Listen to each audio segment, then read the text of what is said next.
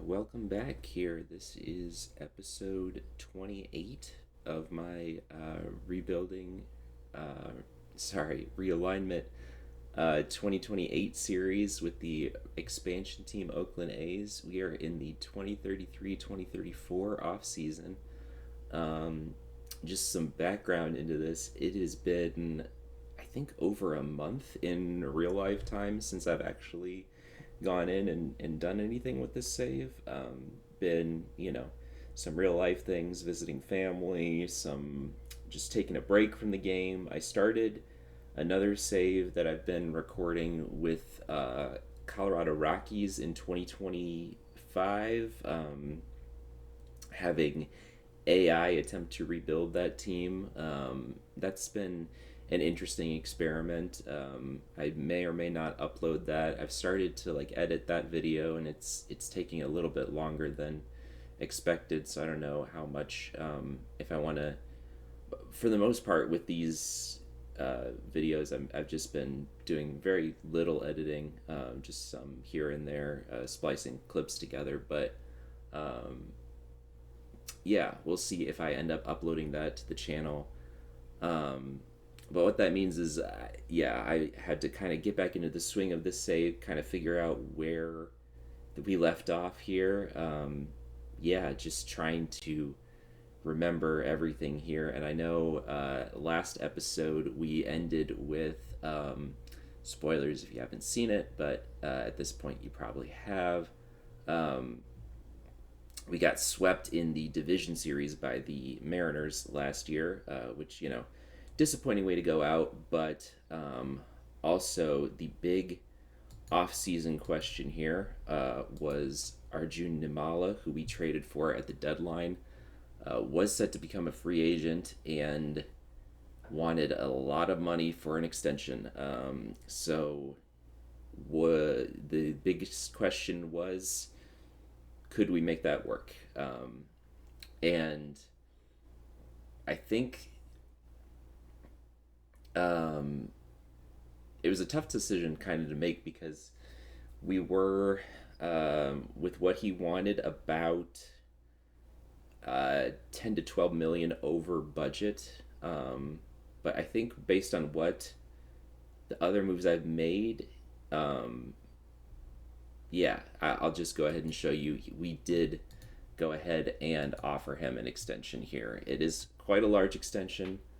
You can see his offer here, pending offers as we go to, yeah, you can see some of the other pending offers here, but over $300 million over 8 years, average of $38 million a year. I mean, that's a lot of money. But he is only 28. We're going to get quite a lot of, you know, uh, good years out of him, ideally.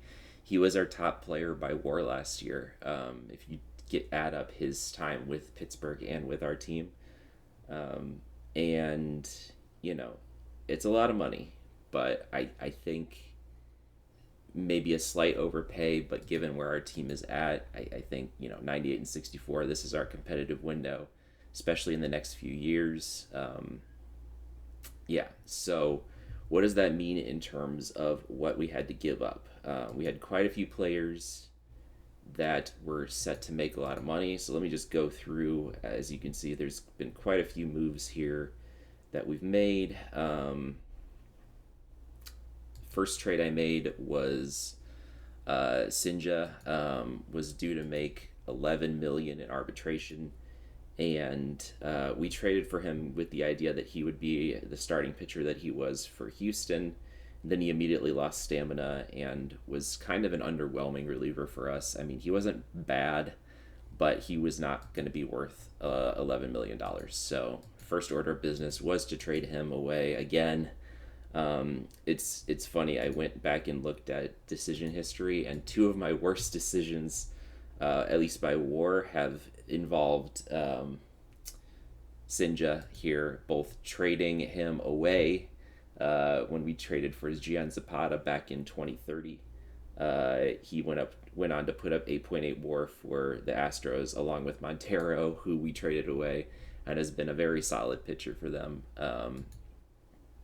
Yeah, and then when we traded for him this last season, we got negative zero point 0.4 WAR from him. Gave up Connor Griffin, who went on to have again a pretty solid season, 2.1 WAR for very little money.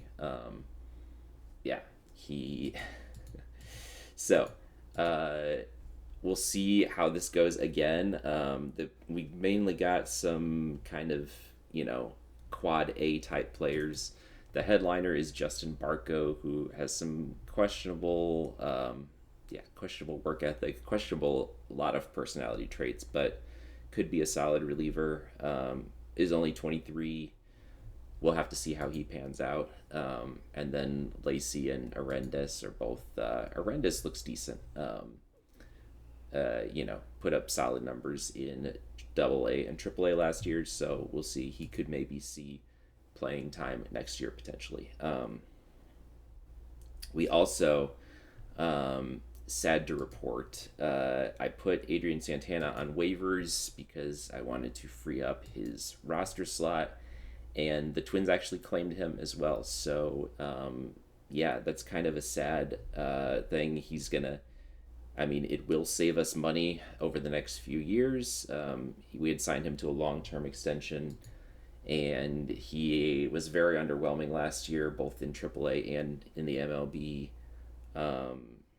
So from a production standpoint, I don't mind losing him, but he's one of our top players across the and one of the few players remaining from the initial expansion draft. I think the only player, spoilers, that's left from the expansion draft is Jose Bello, who has really only come into his own over the last few seasons, but it was actually part of that initial expansion draft as well.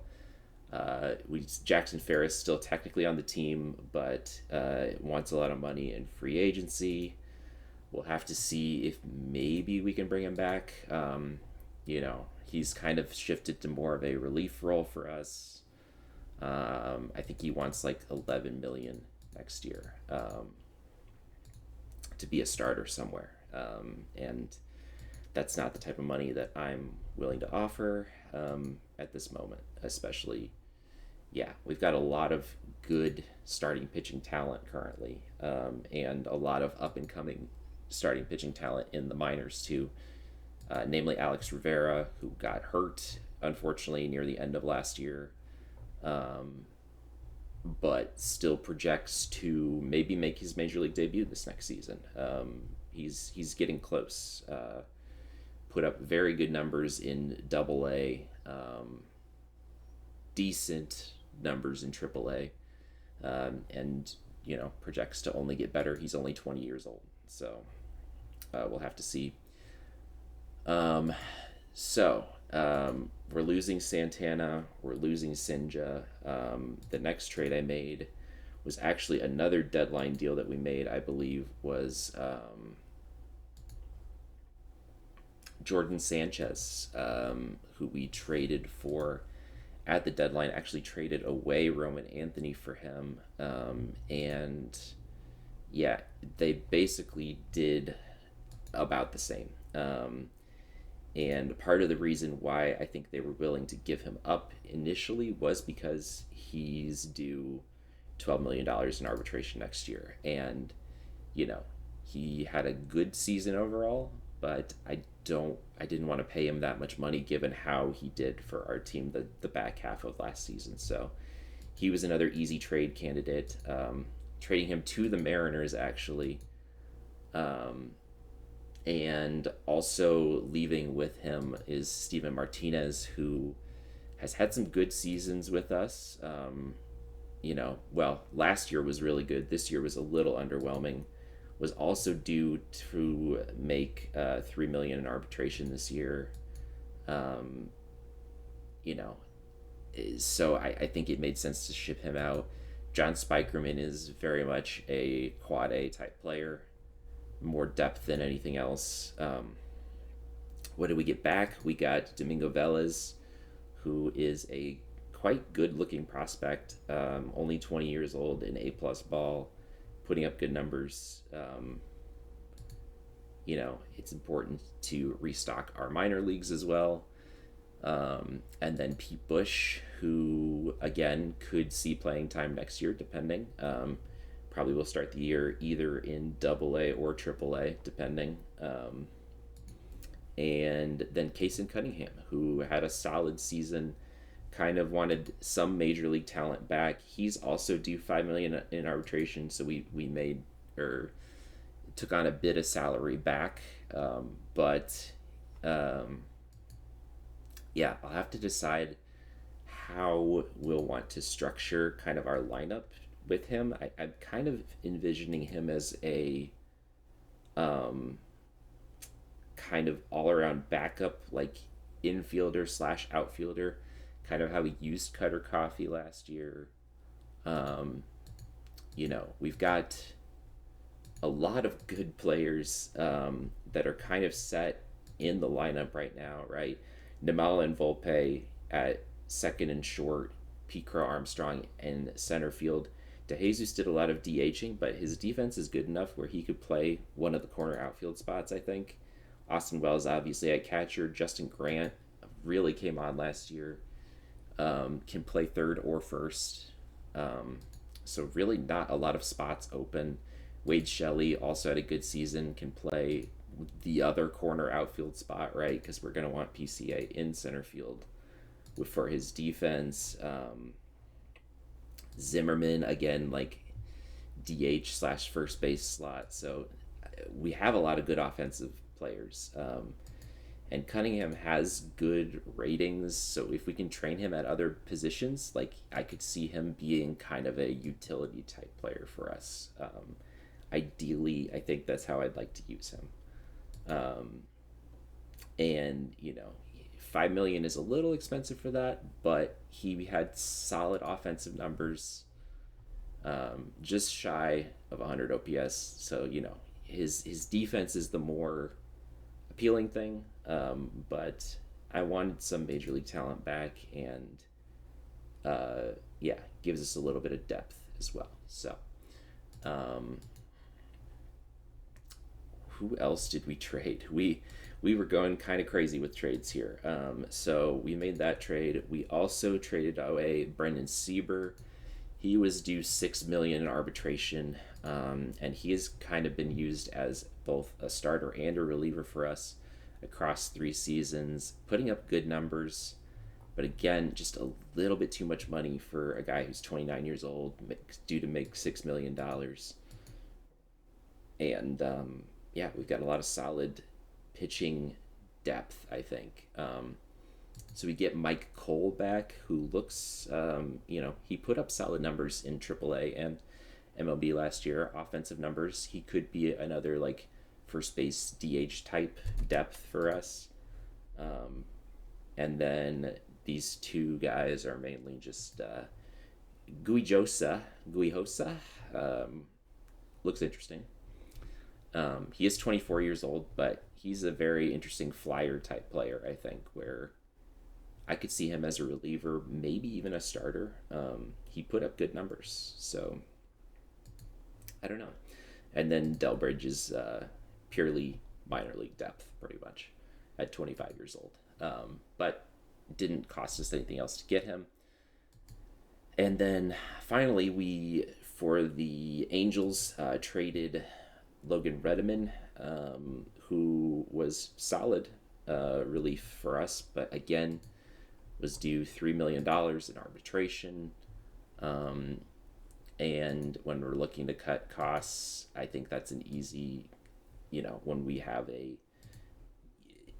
above average-ish reliever, like $3 million is not a bad price for that, but we could also get back, someone like Chris Flynn, who is only 23 and projects to be more solid depth for us.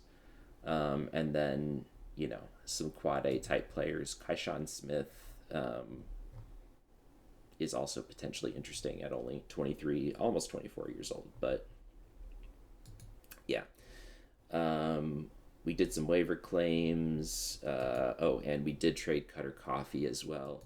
He was, set to make $3 million, was basically a backup for most of the year. Solid season, given that, we signed him on for just shy of $1 million. He's one of those guys that I kind of have a soft spot for, again, because of, I think he was part of our expansion draft. Yeah. Yeah. And had some good seasons for us. 2031 was his best season, but has just been a solid, reliable player throughout his entire tenure with us. So, again, a bit sad to trade him away, but there's always a chance he'll hit free agency again, and we get Ismail Fajardo, who looks pretty solid overall.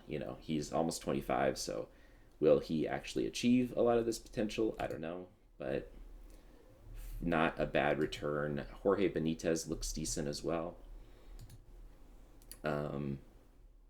Yeah, a lot of depth we got back for these guys, with some interesting prospects mixed in there.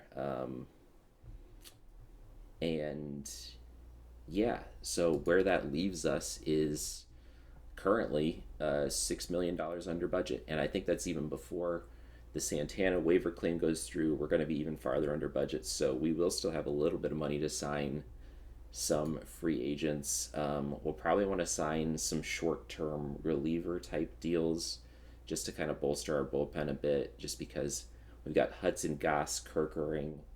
Soliday was solid for us, and then eventually we'll be getting back Chris Bourgeois, but he is hurt for 8 months with the torn rotator cuff. Is he going to come back the same in his, dominant form? We'll have to see.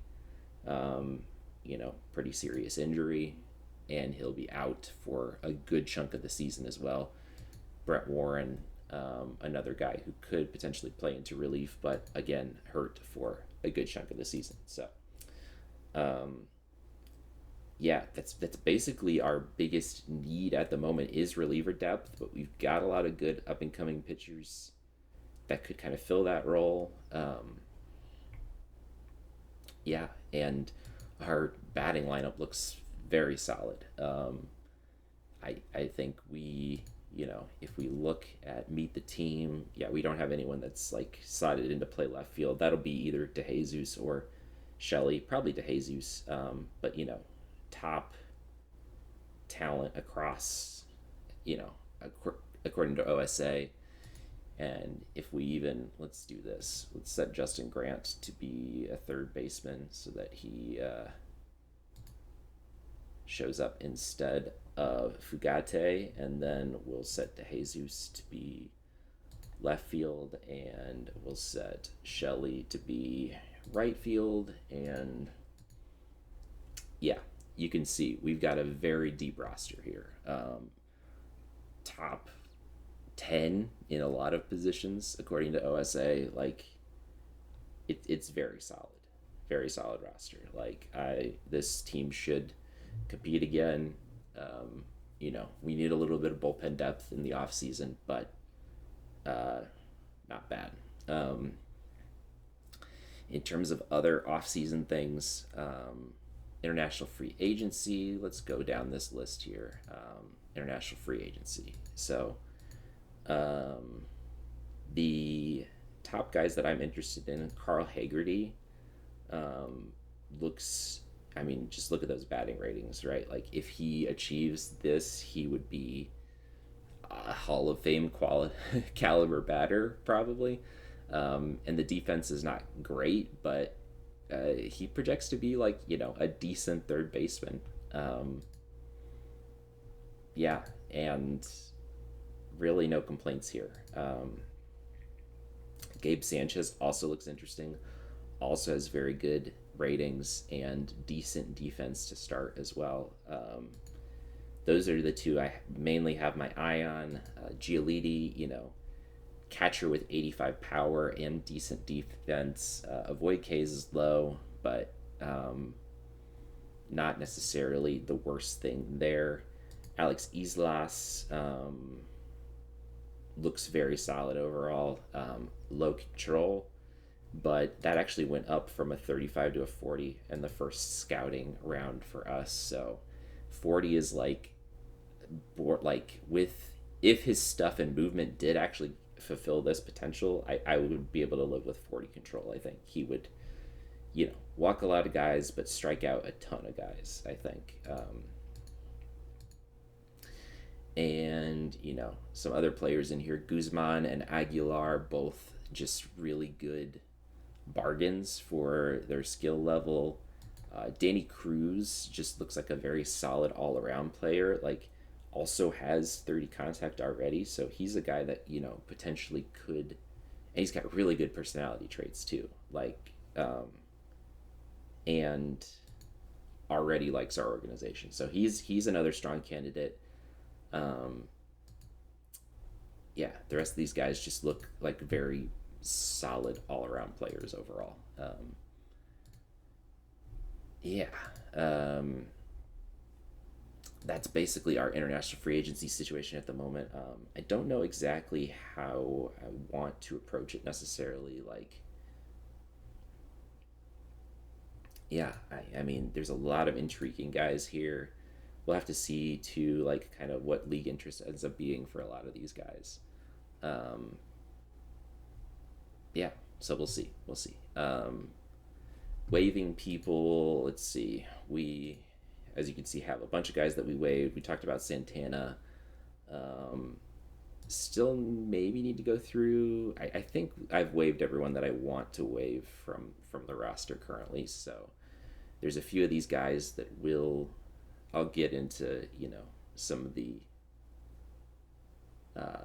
other roster decisions here in a second, but a few of these guys have been claimed. We might lose Danny Marino. He was a Rule 5 pick last year. Was actually, below average for us. He is 26 years old. I tried to pass him through waivers just to see if he'd pass through. He's got a little bit of potential that's maybe unfulfilled, but he's 26. I don't necessarily mind losing him. Robinales, I think we might lose him to waivers, even though there was the option to pull him back. I don't know. It's kind of weird. Steve Tuck, yeah, 26 years old, unfulfilled potential, looks like minor league depth at this point probably. And then Chris Arden, yeah, just a decent looking bullpen arm, not spectacular. Let's go into arbitration. So Bello, we wants 10 million in arbitration. We have not signed a long-term contract for him. Just because he is 28 years old. He's got, I think, 2 more years in arbitration after this. We might just ride that out and see. Bourgeois, we picked up his arbitration. Goss was above average and only wanted 2.2 million in arbitration. Easy choice to bring him back. Even as we're looking to cut costs, that's still really good value for someone who was above average in relief. And who we traded for at the deadline last year. Yeah, he was our acquisition for Cooper Kinney, who, yeah, I think so far we've got the better end of that trade. Sad to say, again, as Cooper Kinney, another franchise legend, I guess. Hudson, obviously coming back. He's our closer. Cunningham, we talked about. Shelley, 3.2 million for above average production. Can play every outfield position. Yeah, I'll bring him back for sure. Jackson Ferris wants a little bit too much money. We'll see if maybe we can afford to bring him back, but looking unlikely. Patrick Bailey, kind of unnecessary with the rise of Dylan Moss, who, at times outperformed our starting catcher, Austin Wells. Really solid 1-2 punch there. And we also have up and coming, where is he at? Possibly on loan. yeah, Aiden Roberts, who has been putting up pretty decent numbers throughout all levels of the minors. We drafted him back in 2030, and could he is still only 22 years old and could be our kind of third catcher at the moment if we need one. Um, Nimala, I showed he is coming back, signed a big extension with us, and then we'll have to see. There's a lot of guys. A lot of these guys will be coming back on minor league contracts. I'll have to see if maybe the biggest name that I'm kind of interested in is Marco Cabajal, who just looks really solid overall. Like his AAA numbers are not amazing, um, but he's intriguing at only 23 years old. Maybe we'll throw him on a roster slot. Yeah, and a lot of these other guys, Guijosa, I just traded for. He probably needs a minor league extension as well. Same with some of these other guys. Barantis what might want a major league extension. So, um, DevLab, we, it shouldn't be too much of a surprise. Most of these players, DeJesus obviously is still only 23, still has a little bit of development left to go. We're going to try to improve his outfield defense some more so that he can play everyday outfield, given that we traded away Jordan Sanchez. Danny Sanchez, one of our top prospects, currently putting up solid numbers. We want him to continue to improve, generate bat speed, his power. If we can get that up. Power and eye are his two weakest categories currently, but improved power, always a good thing. Same for Phil Feldman. Again, power is his weakest trait at the moment, but he's coming along nicely as he's putting up solid numbers in Double A. He's probably still, a season away at least, but could project to be our third baseman or first baseman of the future, potentially. Eddie Aguilar came up and was, not amazing in relief for us, but put up solid numbers in AAA. Really kind of on the borderline of becoming a big league player.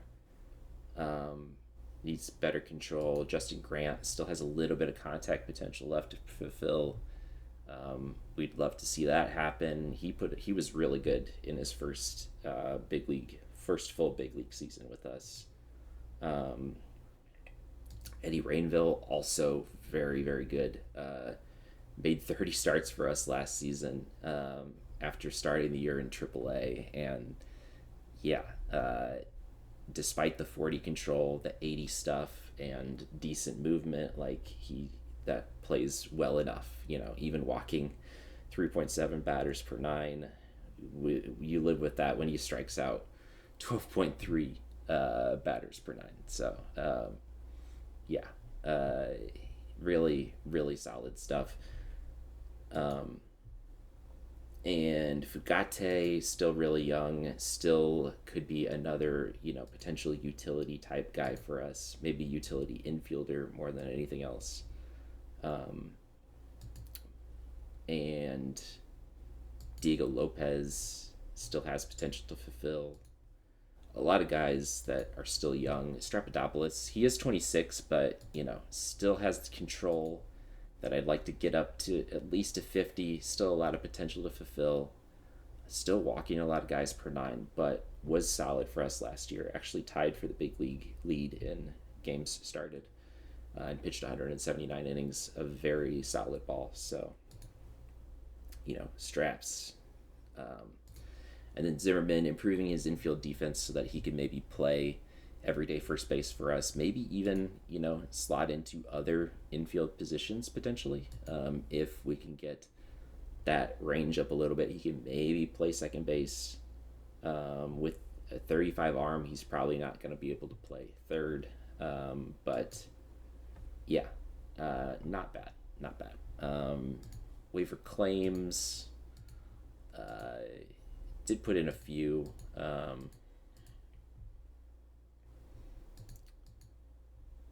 As I think some of them went through already. Dion Cole is a guy that looks like, solid minor league depth. We're going to try to stash him, I think. Dario Silva looks solid. Um, I think there was another pitcher that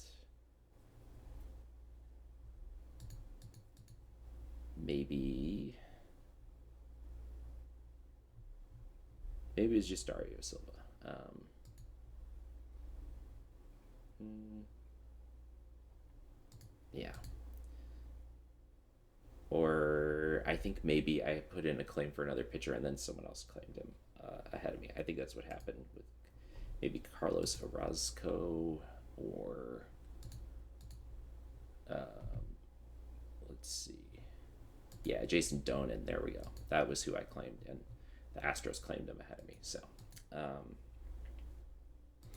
yeah, budget and free agency we've kind of talked about already. So, yeah, we'll have to see what everything kind of looks like going into free agency. I probably will just sim to awards, and that'll probably be the next interesting thing to see here in the off season. But yeah, I think we have a pretty clear plan in terms of how we're gonna proceed in the off season, and yeah, a lot of interesting players and interesting decisions to make potentially coming out of the off season, depending on how guys develop, depending on how spring training goes. Pitching especially is going to be interesting, and we got a lot of starting spots locked up. I didn't even mention Jorge Vela, who was a guy that looks to be a solid outfielder as well at only 22 years old. Came up at the end of the year, and Brian Dupuis, who was solid at the end of the year. Like, we've got a lot of good depth, um, and a lot of guys who will want to try to get playing time, but yeah, there's not going to be a ton of playing time to go around, I think. Yeah, I mean, we're honestly weaker in the outfield than in the infield at the moment. So, guys like Case and Cunningham, I might want to try to shift more towards the outfield. Even Justin Grant can play some outfield potentially. Yeah, we'll have to see. We'll have to see. But going to keep simming here, and yeah, I'll probably cut in at awards next. So I will see you then. All right, so we have made it to awards, and yeah, just going through here. Austin Wells and PCA both get Gold Gloves this year. Not too much else of note in here that I can see. In the NL, Drew Romo, I feel like I always have to call him out. He's perennial. I mean, look at all those Gold Gloves. That's seven in a row Gold Gloves. Anyway, he's the OOTP god. And Zanatello, they interestingly have moved him over to third base instead of second. Um, our old friend Zanatello. Yeah, who's put up, not great but solid numbers. His defense is his big appeal there. Starlin Caba for the Cardinals, solely due to his defense, getting playing time there. Reliever of the year, Juan Flores for the Yankees. Yeah, that makes sense. He had 3.3 WAR as a reliever, 51 saves. Yeah, making $40 million.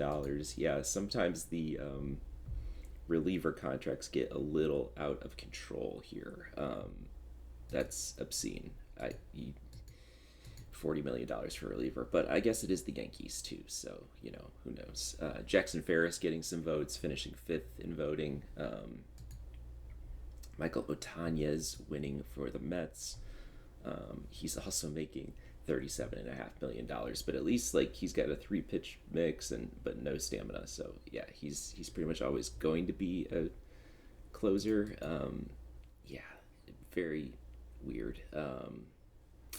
Anyway, platinum stick winners. We do not have any platinum stick winners this year. Um, yeah, John Bumbleow, and yeah, some outfielders outpacing DeJesus, who probably would have been the strongest competition for that, and then Ivan Soretti. Yeah, I think Namala finished with 5 WAR exactly, so just edging him out, I think, probably for that platinum stick. Um, and any interesting ones in the NL? Not really. Rookie of the Year, Jose Leonardo, almost a unanimous choice. Yeah, he finished with 4.3 WAR. That's a solid pick. Justin Grant finishing fourth, getting some votes. Like to see him recognized. He had a good season. Rafael Rivera wins it for the Phillies. Josh Powers. So the Phillies had the top two finishers in Rookie of the Year this season. Best manager, Craig Driver for the White Sox. Zach Vincege for the Nats. And then Marlon De La Cruz wins the Cy Young. Jose Bello finishes third. TJ Strapadopoulos finishes fourth. Yeah, can't really complain about that. Bello had a 5 WAR season. I mean, who finished first in pitcher WAR in the AL? Let's see. Pitcher WAR. Logan Gilbert finished first in pitcher WAR, and Bello was second. And Gilbert not even getting any kind of Cy Young recognition. Was he trade? No, he played for the Orioles all season. That's a very weird. Not even finishing anywhere in the top. Like, how many are here? 8. Huh. I don't understand that necessarily. Ben Hill for the Braves. Yeah, he had a good season. Herrera. No really familiar names in here. Brett Renfro is an interesting name. And then lots of trades. Oh, and then MVP Kyle Reed. That's not surprising. He was on an absolute tear, on pace to possibly break the home run record before he got hurt at the end of the year. Finished with 66 home runs still, which is, I think, the most I've seen in it personally in an OOTP save. But yeah, when you hit that many home runs, you're going to win MVP. John Bumbleow gets some recognition, and DeJesus gets some recognition too on our team, finishing 5th in MVP voting at the age of 23. You love to see it. You have to hope that he'll continue to get better. And James Wood is the unanimous MVP in the NL, and for good reason. He hit 42 home runs. He had an OPS over 1,000. Finished with 8 WAR on the season. Yeah, that's an MVP caliber season if I've ever seen one. Yeah, so those are the awards. Not too much else to do here in the offseason until we get to free agency. Jackson Ferris, we're not going to re-sign. We're going to see if maybe we can bring him back for less money. Maybe. I mean, with all the dust settling, we have about 11 million in budget room, which is going to be, I probably want to sign some relievers as free agents. Ideally, probably bringing guys in on like minor league deals with a major league option. But yeah, money's definitely going to be tight this year and going forward. If we look ahead to 2034, this next season, 195 is what our budget jumps up to, and then up to almost 250 next season. mainly due to the Volpe contract jumping up from 27.6 to 45.6. He does have an opt out after this season, so we'll need to see if he decides to stay or not. Um, yeah, and then Bello is due to make 17.4 million in arbitration. Cunningham goes up, Shelley goes up, Bourgeois and Hubson both go up. Zimmerman enters his first year of arbitration potentially as well. DeJesus in his first year of arbitration next year. And he's someone who we definitely want to think about locking up long term. And Strapadopoulos and Grant, yeah, they're all coming due kind of at the same time. So it's going to be a very interesting offseason next year. So, I mean, this is going to be kind of the make or break season, I think, with Volpe potentially leaving in free agency after this year, with a lot of guys coming due in their first year of arbitration. I think budget wise, there's just not a way to make it work. Um, so yeah, we'll have to see how things go.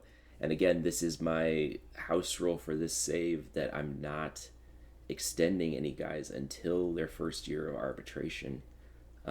So, someone like DeJesus, I would maybe explore trying to lock him down for cheaper right now, given what he's done already so far. Same for Strapadopoulos, Grant. But yeah, we'll just have to see. How things go next season. It's gonna be interesting. Yeah, this is the downside of signing all these big contracts is that yeah, I mean it's entirely possible even if Volpe doesn't opt out that we just don't pick up his $45 million option next year. Which I hate to say because he's been great for us. I think he's definitely been worth his contract so far, but um, yeah, I don't know if we could afford a $45 million contract next year. I mean that alone would get us close to the budget this year and allow us to potentially keep, a lot of these guys. Um, yeah, Cunningham too is going to be an interesting player this season.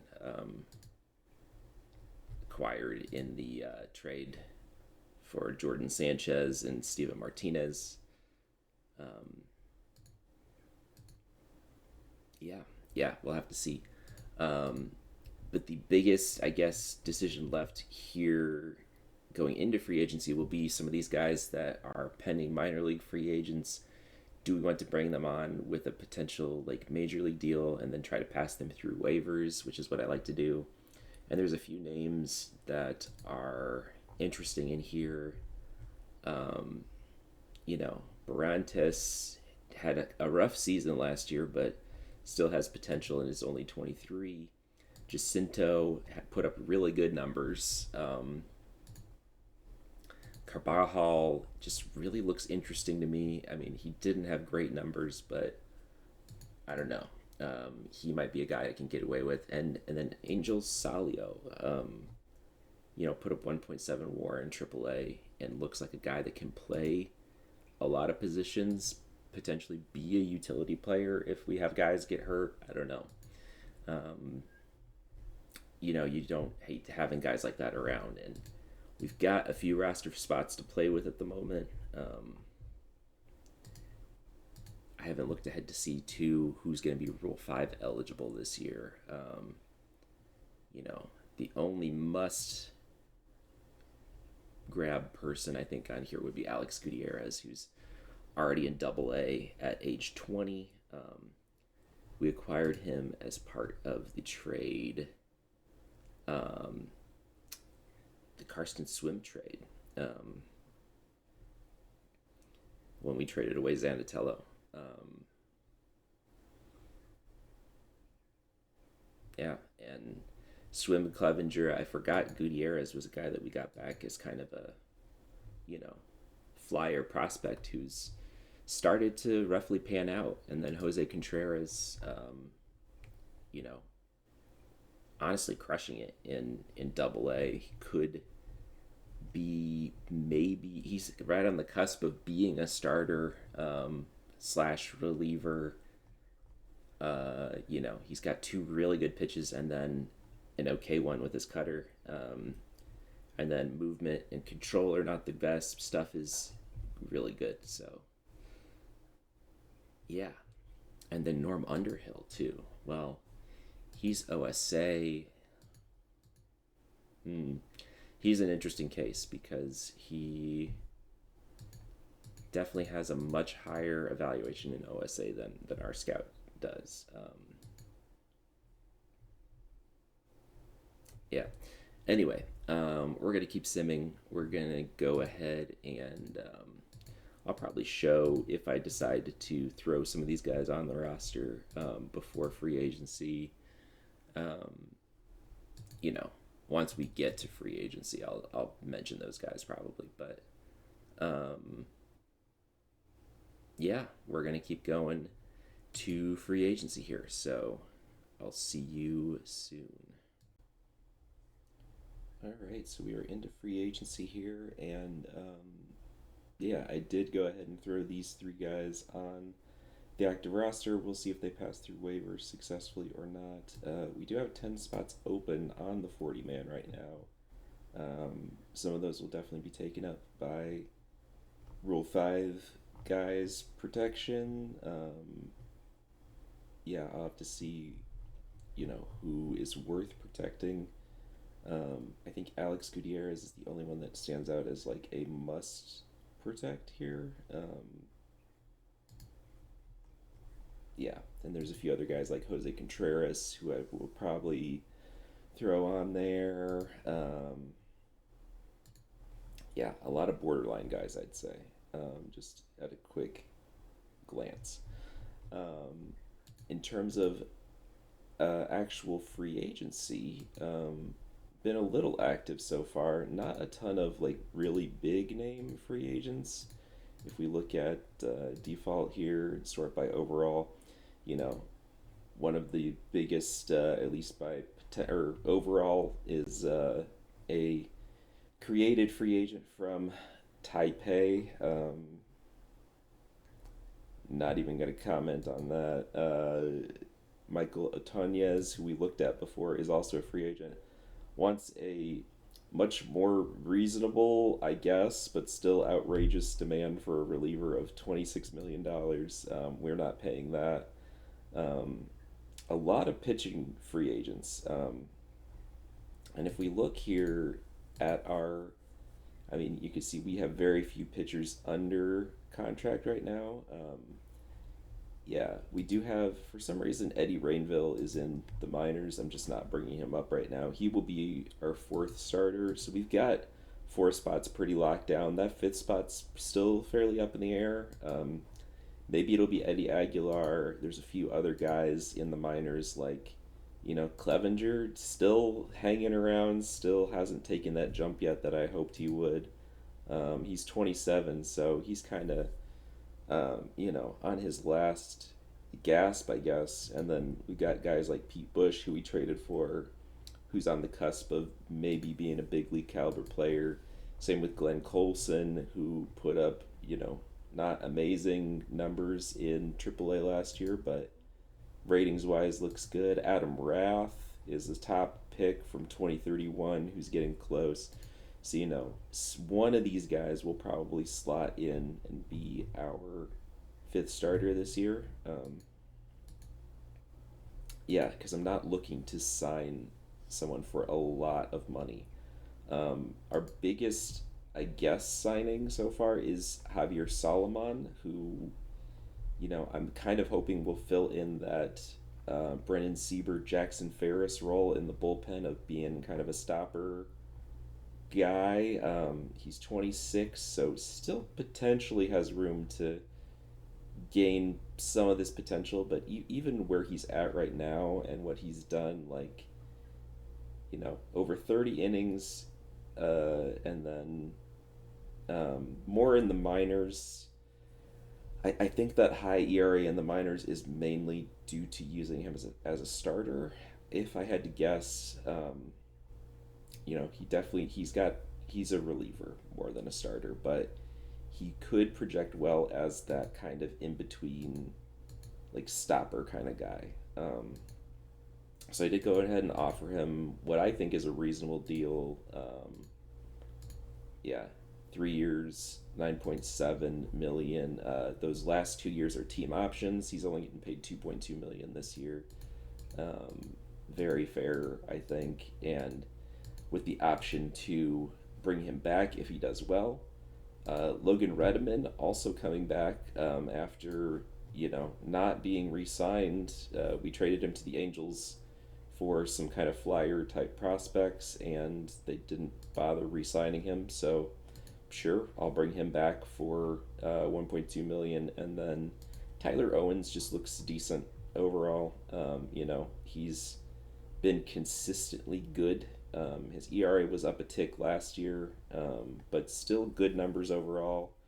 Still fairly cheap, which we like. We're trying to build kind of a bullpen on a budget here. So those three guys should slot into our big league bullpen. And then that combined with, whoever else kind of makes a jump from the minor leagues, I think will be enough to kind of fill out our rotation and bullpen here, along with Hudson Goss, Kerkering coming back. Saladay only threw 7 innings, but hopefully he can stick around and continue doing decently well. Diego Lopez may need some more seasoning in the minors. We'll see. Yeah, and we do have, of course, Bourgeois on the injured list for 7 months. He'll be back midway through next season as well to kind of bolster our bullpen. So, yeah, I don't think I'm going to look to make many other big name free agency moves as we look at. I made a default short list. These are all guys that potentially could get signed. Bringing guys like Barantes and Lopez back on minor league contracts with major league options. Again, they could, kind of be potentially slotting in. It's pretty up in the air. Deion Cole also coming back on just a straight up minor league deal. A lot of catchers. I'll probably throw some minor league contracts at one or two of these guys. They all didn't want very much money. Pablo Aliendo was in our minor league system last year, actually, I believe. Yeah. And was okay. It doesn't hurt to have that catching depth in the minors. Braxton Fulford is another guy who he actually put up one WAR last season, so you know, we'll see. Enrique Bradfield Jr. is a name to watch too. If he doesn't get signed and he would take a minor league deal, I'd like to bring him back. Because he had a good season for Baltimore last year after pretty much spending most of the year in our minor leagues. 2032. Doesn't hurt to have that outfield depth. Kevin Alcantara is an interesting name too. He wants $9 million, which we're not going to give him, but if he sticks around and again would want a minor league deal potentially, and then some guys with some good OPS that would be maybe DH types. Sung Chase Chang, who I remember being quite good, or at least quite promising at one point. Yeah, he had a 2 WAR season for San Francisco, I guess.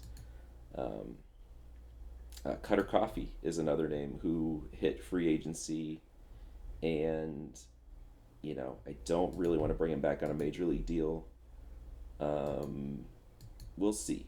We'll see. I could maybe justify for 1.8 million or just shy of that, like bringing him back. But we do have Cunningham now to kind of fill in that backup role, as well as some other guys. So we don't really need to bring him back. But again, minor league depth is never a bad thing, and that's probably where he'd start, barring an outrageously hot spring training, which I think happened last year. Made the team off the back of a really good spring training, if I remember correctly. But anyway, yeah, and let's look and see who's in the Hall of Fame voting this year too, because I haven't checked that out yet. as we'll go to a sortable list and all players. Ooh, Mike Trout in his first year of eligibility. You have to imagine he will be getting in. Um, didn't really do much after 2025 in this save, but did play his entire career with the Angels. Poor guy. I don't think they had any success even in this. Joey Votto, Goldschmidt, who are some other big first timers on here? Garrett Cole is a name to watch. Yeah, he remained solid through 2028. Well, was not great in 2028, but pitched at least through 2028. Giancarlo Stanton, also hung on through 2028. I mean, I guess that would be, yeah, it's 2033. So this would be like the guys that were still playing at the start of this save, which is interesting. Xander Bogaerts, Sonny Gray, Yu Darvish, Chris Bryant. Chris Bryant, man, he's stuck with the Rockies through 2028 and then retired. Man, that's rough. Eugenio Suarez, Perez, Matt Chapman, Trevor Story. Yeah, a lot of names I recognize on here. Wilson Contreras, Patrick Corbin. Yeah. Out of those guys, I think Mike Trout is the only one with a serious case for the Hall of Fame. Garrett Cole and Stanton, I think, have an argument as well. Yeah, so we'll have to see how those guys do. Ryan Braun is the closest in terms of percentage to getting in. Wainwright, Kimbrel, Goldschmidt, Price, Votto, Lester. Well, Lester's only at 10%, but Votto has 50%. Yeah, we'll have to see who makes it in. I don't know if I'll bother filling out a ballot or not for that. So we'll kind of see how free agency goes. I'm not really looking to make a lot of trades either, unless I can, find a really good deal on some reliever or starter somewhere. So, yeah, let's keep going. I'll unpause if something interesting happens or if I want to make some trades at the winter meetings. But until then, probably Rule 5 will be the next interesting developments here. So I'll see you then. All right, so we have made it to the Rule 5 draft. We are in the interesting position of all three guys that I've offered major league deals to have not accepted yet. So, yeah, we can kind of just hold on to. Whoa, there goes my cat. We can, just take some chances on some guys in the Rule 5 draft and then just release them if they don't, if we don't want them. In terms of guys I protected, I did protect Alex Gutierrez. Javier Sandoval looks interesting. He's only 21 and in AAA, so I protected him. Sean Selman is borderline. I don't think he'd probably be taken, but just to be on the safe side, I protected him. Ed McCallum, kind of same thing. We got a lot of guys that are right on the edge there, but also plenty of roster space. Jose Contreras, again, right on that line. Who else here? I think that's it, basically. One move I am going to make here is I did a round of scouting before the Rule 5 draft, and sadly, John Clevenger is all the way down to a 2.5 star potential. You can see his potentials have dropped quite a bit. Floated a trade out there just to see, if anyone would want him. They don't. He is 27 now. I think it's safe to go ahead and waive him. I just wanted to wait until the actual Rule 5 draft to do that. So we do have 5 spots open. 3 of those are potentially going to be taken by our free agents. So really, we have two spots, and we have, I think, let's see. I know we have more pitchers on the roster than batters at the moment. As we can do a quick count here. I think it's something like 17, 18 pitchers. 18. Okay, so 18 pitchers and 17 batters. Um, with three more pitchers coming in, so um, probably focus more on batters than pitchers in the Rule 5 draft. It's doesn't hurt to take a chance on some of these guys. Tim Rogers is a name that I think I looked at last year too, if I remember. He was in the Rule 5 draft, and I didn't end up taking him. He's got one really good pitch in his fastball and one pretty mediocre pitch in his curveball. Um, if he can bring that curveball up, he could be a very elite reliever, though. Potentially a guy worth taking a chance on. Let's see. I want to use. I'm going to go ahead and create a new short list. Because I do want to see, this is kind of my cutting down list. These are guys that I think are in danger of getting drafted. We'll see if any of these. I know Barantes is right on the borderline, I'd say, but he went to minor league free agency. Danny Guijosa looks very interesting too, and had good numbers in AAA. Again, all these guys are like right on that borderline of like I could see them being taken, but I am willing to roll the dice. Chris Flynn is a name that is kind of interesting too. And actually, I might end up protecting him, even though, like, again, he's on the borderline. But yeah, let me see what other options are out there in terms of batters that are available to be drafted. Steve Tuck we already looked at. Let's put our prospect filter on too. And Hector Huerta looks interesting. He's definitely a name to keep an eye on. Jorge Benitez is one of ours. Broken kneecap out for 5 months. I don't love that. All right, let's look at batting potential. Actually, let's do this.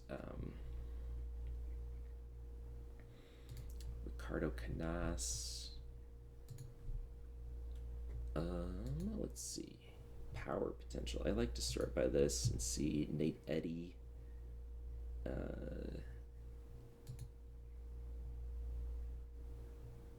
Yeah, what about current contact? Tony Bueno put up 3.5 WAR in AAA last year. Kyle Bollinger. Adam Bonilla. And yeah, honestly, like the outfield is probably going to be my biggest focus here, because, well, if you look at our roster, we've got plenty of infielders on the 40-man, and very few outfielders. We just add Alex Gutierrez. Jorge Vela, like, he's 22 and still, like, is he gonna be our backup outfielder? I don't know. Same for Fernandez. He looks more like a DH than an outfielder. Really, we have three guys that are outfielders that are like set to be on the roster. So definitely want to focus there. Hector Huerta is looking like a good pick, honestly. Solid all around. Like, this is kind of the ideal Rule 5 pick where he's still young and has a little bit of room to develop, but can play right now potentially. Yeah, I like that.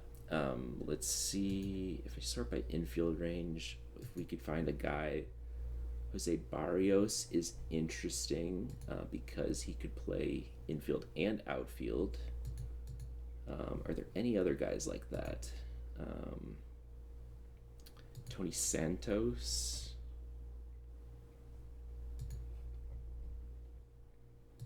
In the Phillies organization, his bat is not great, and also his defense. Yeah, he's got good infield range, but not good infield everything else. Jesse Dickinson, he's borderline. Probably wouldn't hit very well. Yeah, no one that's like wowing me.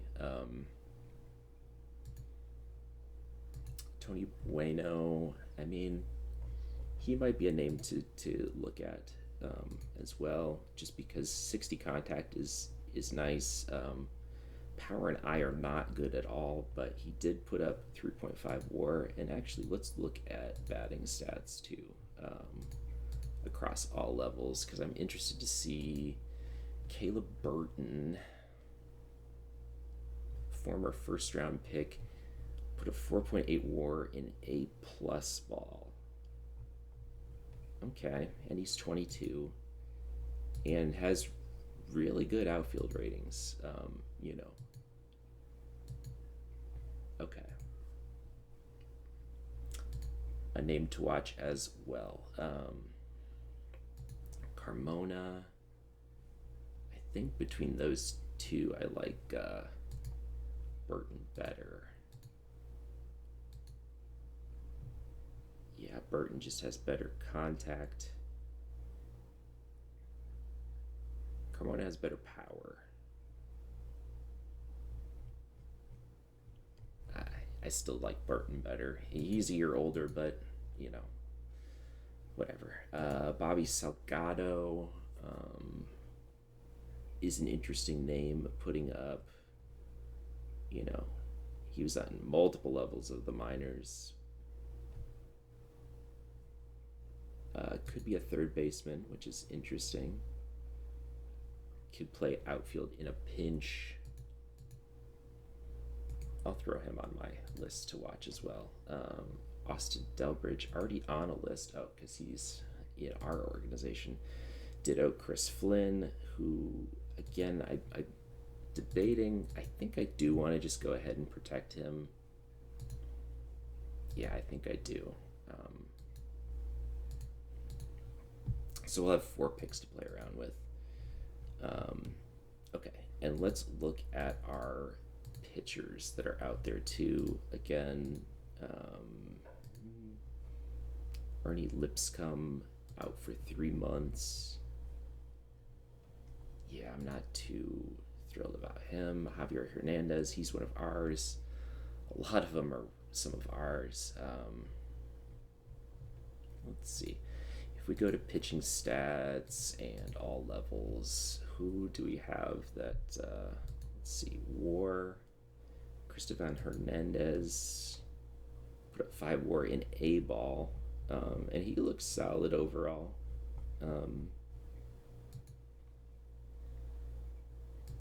Let's go to pitching draft. I want to see, Tim Rogers was a name that I looked at, I know, for sure. High movement guys, Carlos Barraza.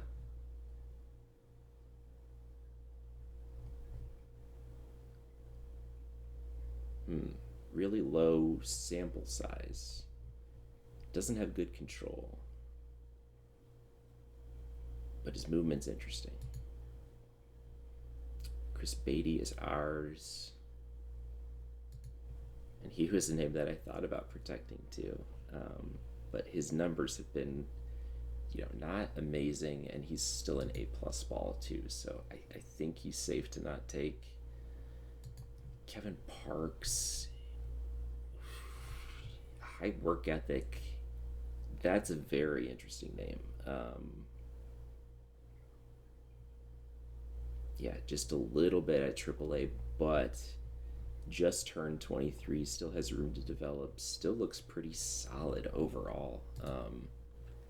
He might get taken. he might get taken. Matilda Benchamal. I mean, he looks solid. Okay. Chris De Armand. All right, let's sort by stuff just for the heck of it. Chris Palmer. Yeah, I don't love the 30 control. Current stuff. Javier Hernandez is up there.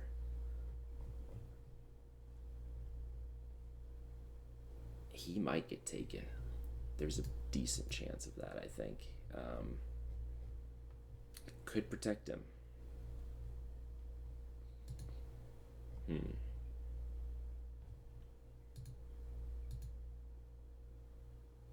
I think I'll let it ride. I'll take that chance. Yeah, a lot of these guys are mine. Okay. So, we've got 4 picks to play around with.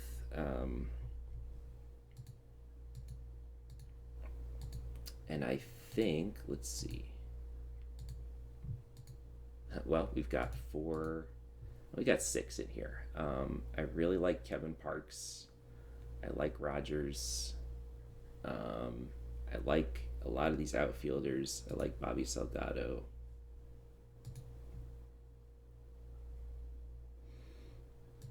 Yeah, it's just a question of like, do I want to protect these guys at the last minute here? Javier Hernandez did just turn 24 too. And he's put up solid numbers at every level. Okay, I'm gonna do Javier Hernandez. So we'll have 3 picks.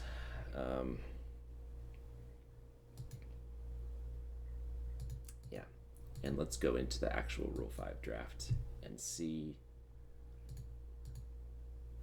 I'll save just in case I made some terrible mistake.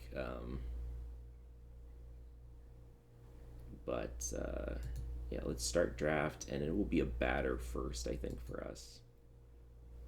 Okay, we lost no one. That's good. Any of our names that we were looking out for get taken by anybody.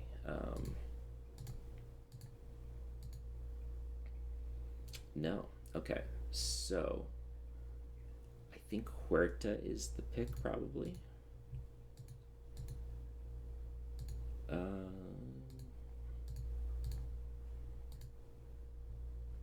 Okay, and let's do batters. I really like Huerta. I think he's the best all-around player. Although Tony Bueno is, at least interesting here. Yeah, but Huerta against lefties is great. Oh, look at that sack bunt. Oh my God. How can I turn that down? No, but in all seriousness, I think Huerta's the better player. 15 more power and 15 more eye is worth the slight contact trade-off, I think. And he's only 23, Bueno's 25, so still has room to develop as well. He's going to be our first pick here, and then we're going to auto draft. And we did lose Danny Guijos. Okay, so that's a little disappointing, but I can live with that ultimately.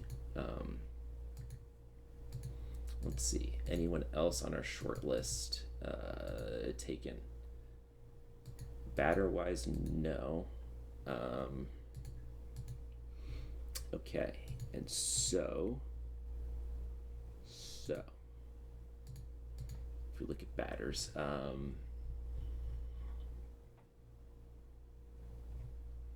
we could look to take an infielder like Salgado now, or we could just bolster our outfield some more.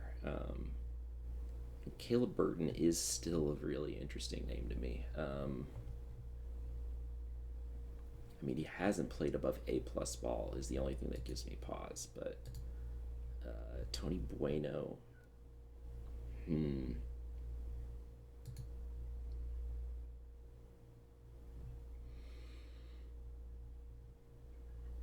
It's an interesting conundrum here. I think Caleb Burton is going to be the pick. And then we'll draft a pitcher with our last pick here.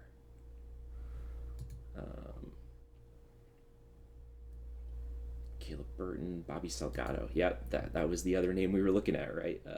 He went to our expansion team counterparts, the Nashville Stars. And for pitchers, we're going to take a chance on... Oh, he's not there anymore, I think. No, he is. Kevin Parks. We could go for Tim Rogers, but I think he just has a little bit too much development left to do. And Kevin Parks, could step in and be a starter potentially, depending on how his development goes. He's a 20th round pick too. I mean, you gotta love that. Who was he drafted by? The Stars. Okay. Yeah, we're gonna take Kevin Parks.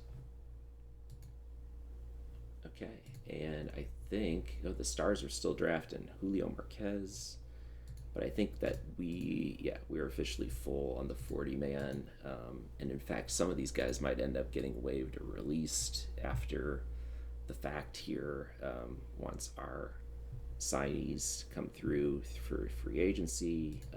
But yeah, that's going to be it for the Rule 5 draft. Complete draft. So we do lose Danny Guijosa, but the rest of our guys do make it through the Rule 5 draft okay, which is good. So we'll keep looking to shore up things here with some minor league signings. I think we're definitely done with major league signings. We'll have to figure out how to manage the 40-man. If we can get away with waiving some of these guys that we just protected, or if I want to get rid of some guys that we just drafted in the Rule 5 just to be on the safe side. So we'll see how things go. Next interesting results. I'll stop and probably show the Hall of Fame voting. And then we got preseason, international free agency for sure I will show. And again, I'll probably want to look and see, because preseason starts the 28th, I think that will also be the start of an international free agency signing, even though it says it's going to start on February 4th, just given how the rest of the save has gone. I think that I remember that happening. So we'll get one more round of scouting in on international free agents. I don't think I did any kind of highlights. Takahashi, I think he went no, okay, it was Shinji Ishihara that I threw on there. I don't think my overall strategy has changed. As expected, Alex Islas is going to be very heavily contested. Nelson Lopez also looking good as well. Anytime there's good free agent pitchers, they are very, you're going to pretty much have to bid the max for them. And with guys like Haggerty and Sanchez still out there, I don't know if I necessarily want to commit the max there. And in fact, someone like Danny Cruz is pretty interesting. This might be especially since he's 17 and already has a little bit of development here and has good defensive ratings. He's kind of a sneaky 4-star player where he could be a lot better than advertised.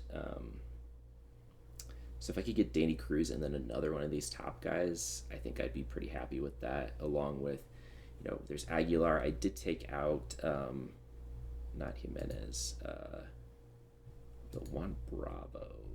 Yeah. Johnny Bravo.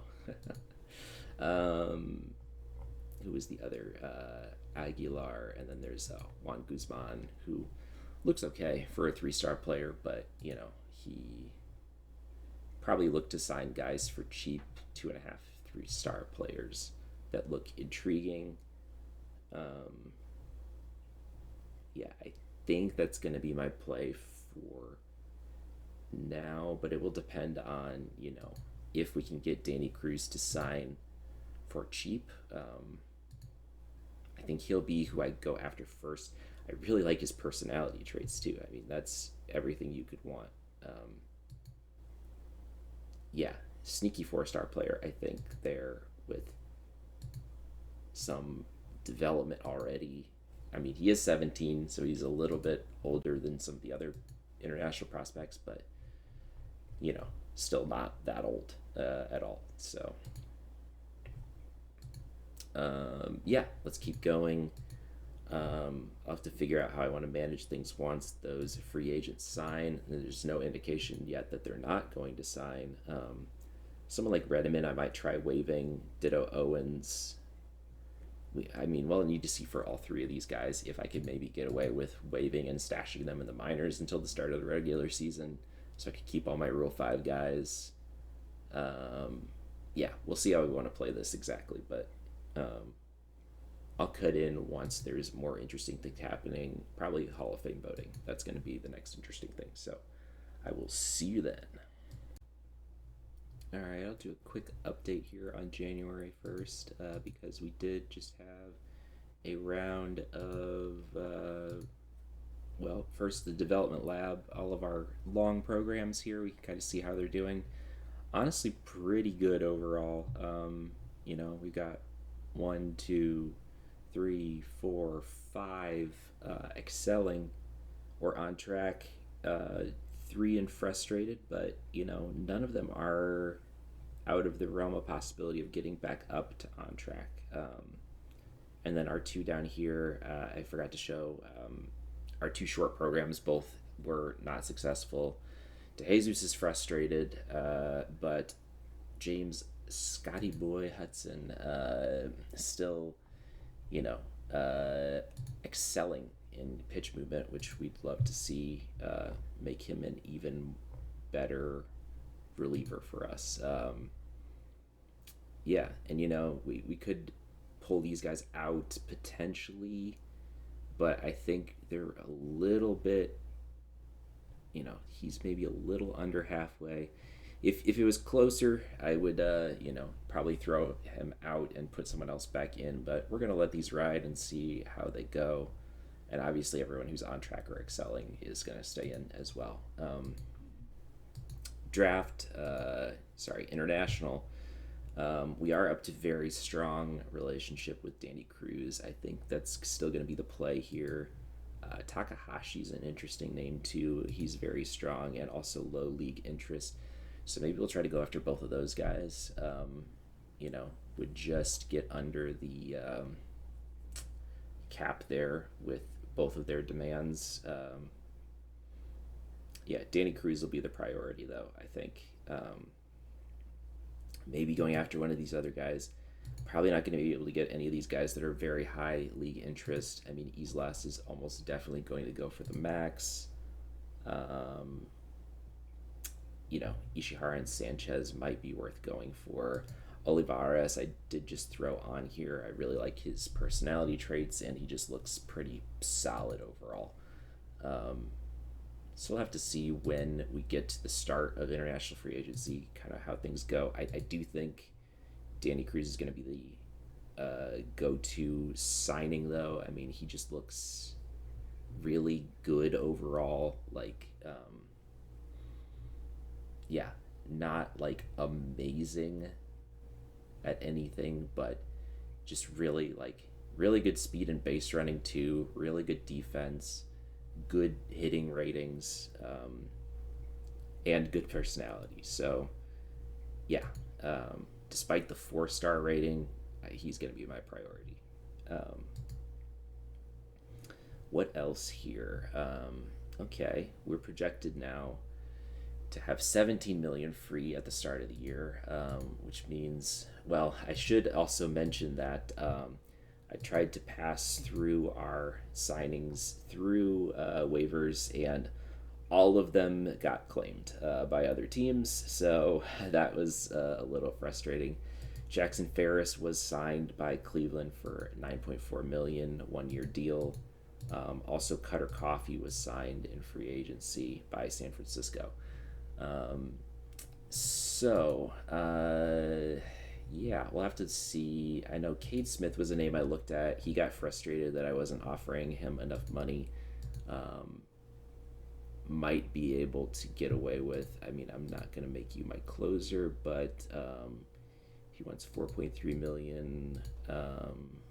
Let's do 3.2. It's an insult, apparently. Okay.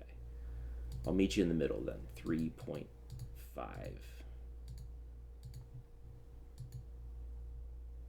Okay. He really wants that $4 million deal. He really also wants to be promised the role of closer. I mean, sure, guy, you're not gonna.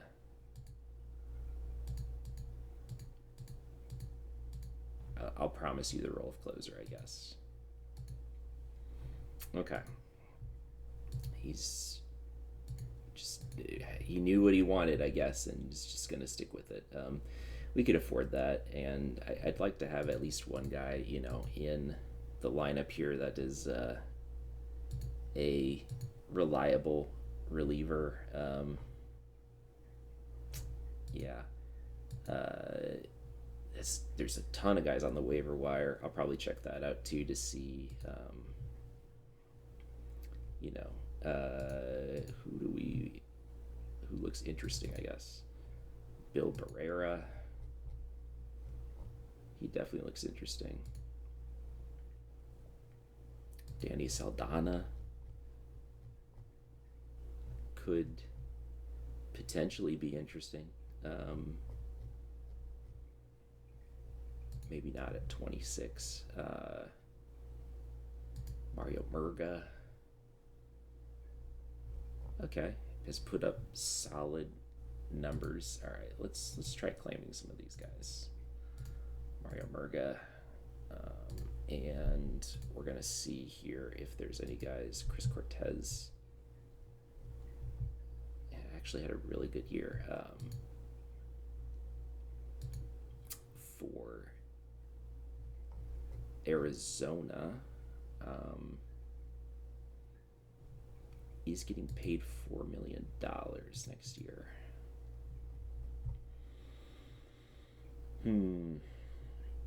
What are his stats across?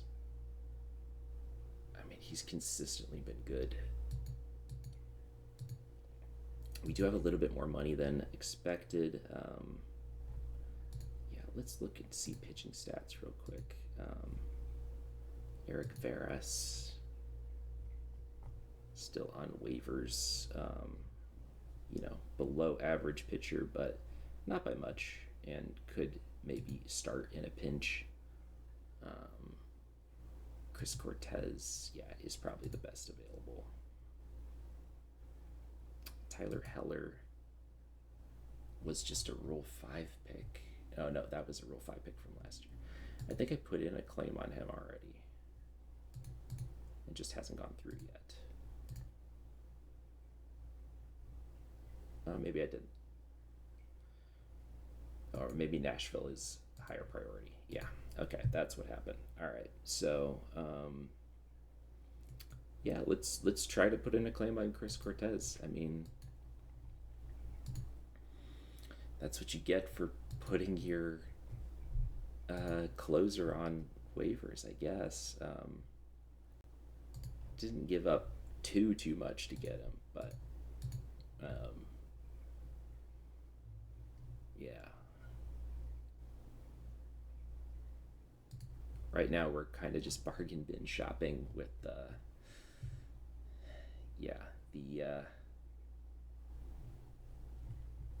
waiver wire picks. Matthew Brown looks interesting, and he's a guy that I think could definitely pass through waivers. Like, he put up not good numbers last year, but was good the year before. What does FIP look like?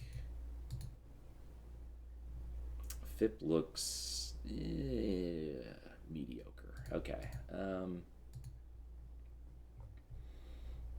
I mean, whatever. He's going to be a waiver wire pick, and he should pass through waivers, no problem. Okay. So, I guess, is it worth showing the waiver wire? I guess. I, I did notice too, for some reason, the D backs re signed Cooper Kinney, despite his, you know, 0 WAR season overall. They re signed him for $9.7 million. I don't exactly get that decision. And they want to trade him too after re signing him. I mean, good luck. I, you know, as much as he's done for us, like he's not worth $10 million a year. So I don't know quite what you're doing there exactly. All right, let's see here. Claim invalid, claim invalid. Great. Okay, well, as we continue to play the waiver wire here, Brandon Todd.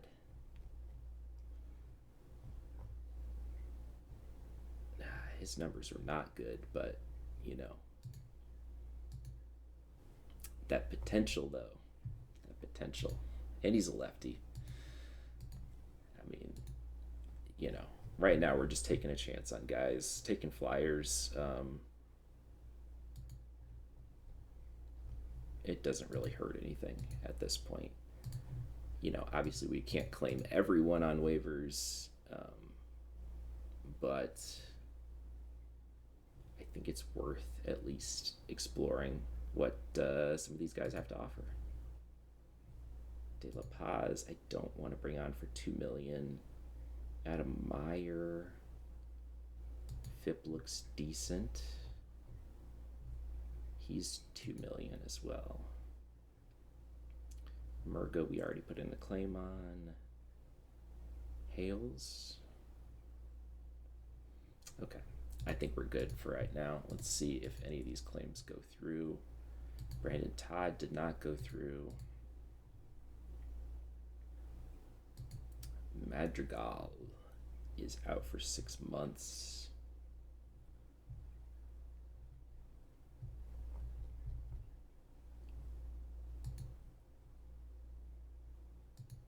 Bill Barrera, I think he got claimed. Yeah, we had put in a claim and then someone else overrode that. Hernandez looks interesting.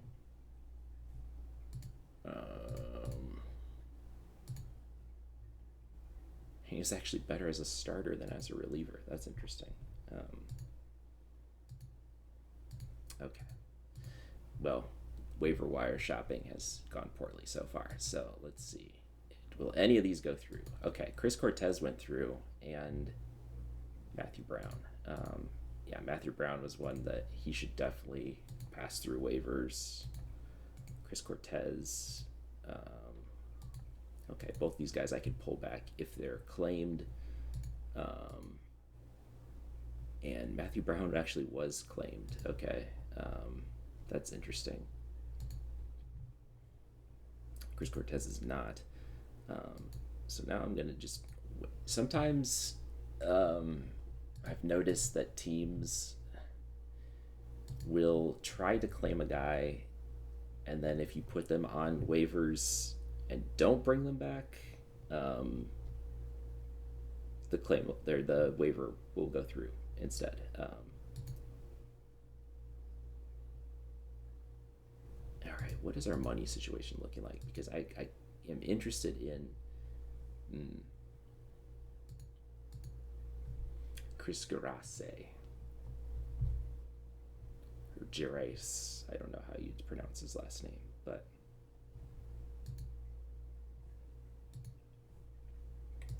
and he's a lefty. All right, we'll go for it.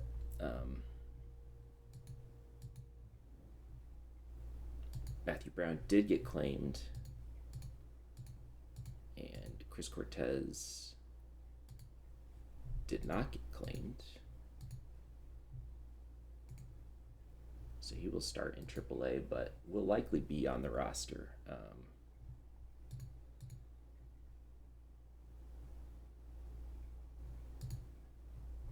think it looks Alex Reddick.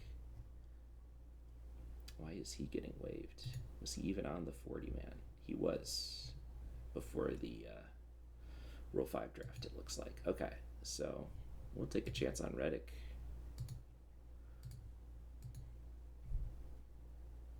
Fluky.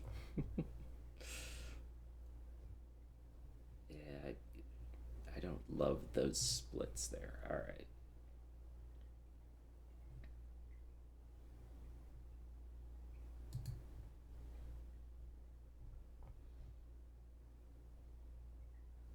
He had a good season.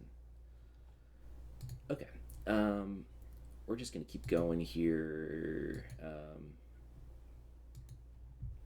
See if there's any other interesting names out on the waiver wire.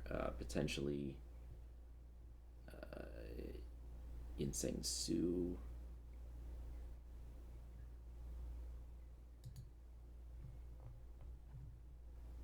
He lacks drive, though. Yeah, whatever.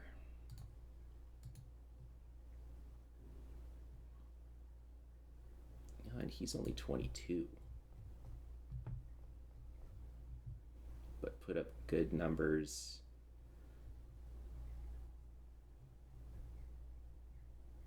Yeah, we'll give him a chance to. Oh, rejected. Okay. All right.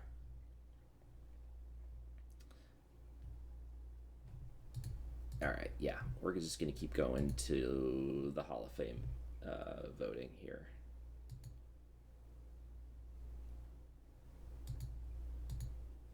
Some more invalid claims. I mean, no reason in pausing and then restarting. I'm just going to go through to the Hall of Fame voting results. And yeah, Mike Trout, almost a unanimous selection, inducted in his first year to the Hall of Fame.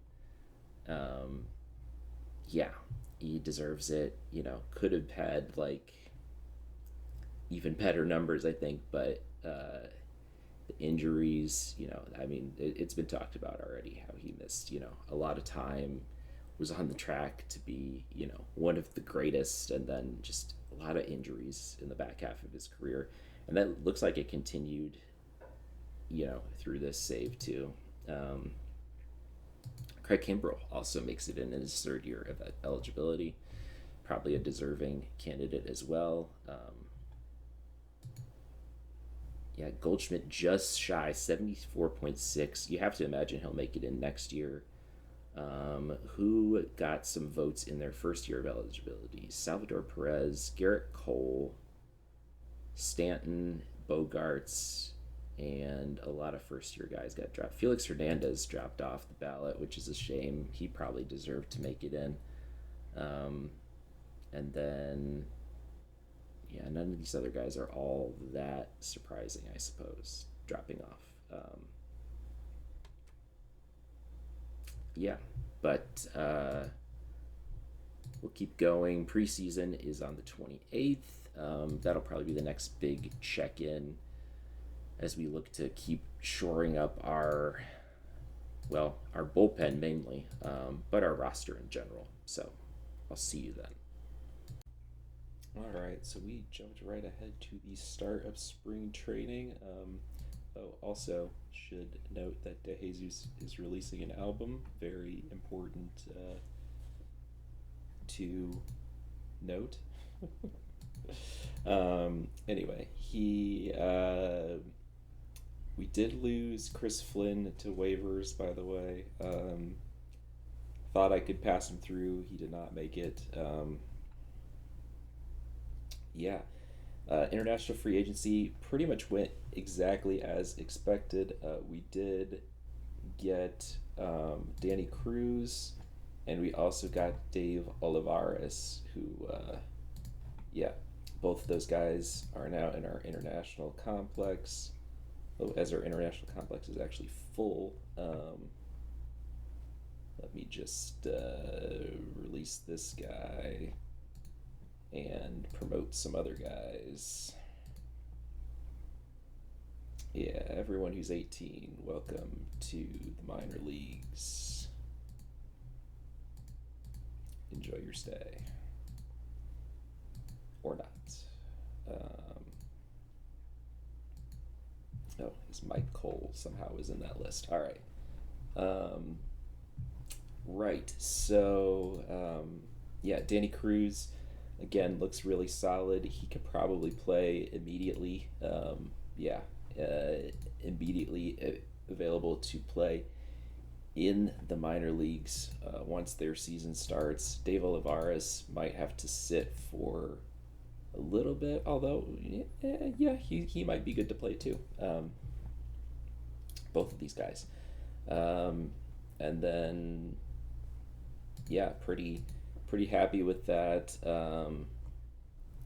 Let's look at some of these other guys. Yeah, Islas did in fact go for the max. That's not surprising. Urvadoza went for the max. Chirinos went for the max. Danny Sanchez actually went for way under the max, which is interesting, a little surprising, but a few of these guys haven't even been signed yet. Takahashi is one that I know we looked at one point, but I'm we got two 4-star players, and both look pretty solid, so I'm pretty happy with that international free agency. Yeah, let's see here. Signed a bunch of guys to minor league deals to kind of get depth in.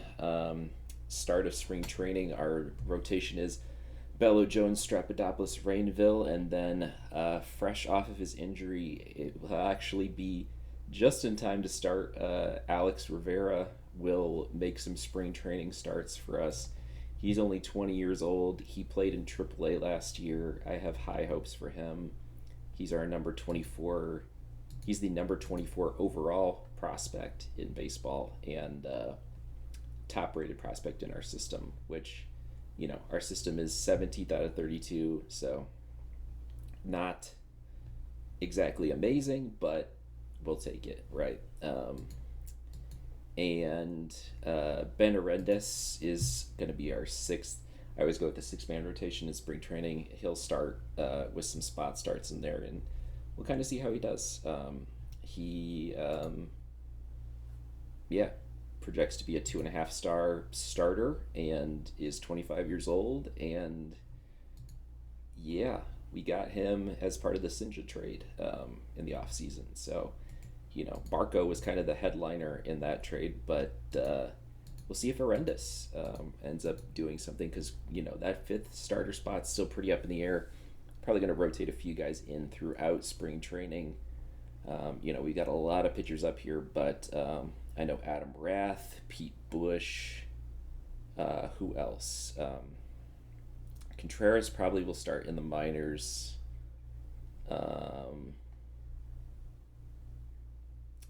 Yeah, Cortez and Cade Smith will both be bullpen. Same with Hudson, although Hudson is, 35 stamina and a 3-pitch mix. You could potentially use him as a starter. Is he better as a 5th starter versus being our closer? I don't know.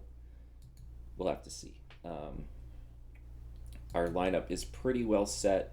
The only interesting things will be the backups are still pretty up in the air, especially with some Rule 5 guys in the mix. Caleb Burton, Hector Huerta, Kason Cunningham. I think my plan with him is to get him playing time at both left and right field in spring training, so that he can potentially be a utility type guy for us.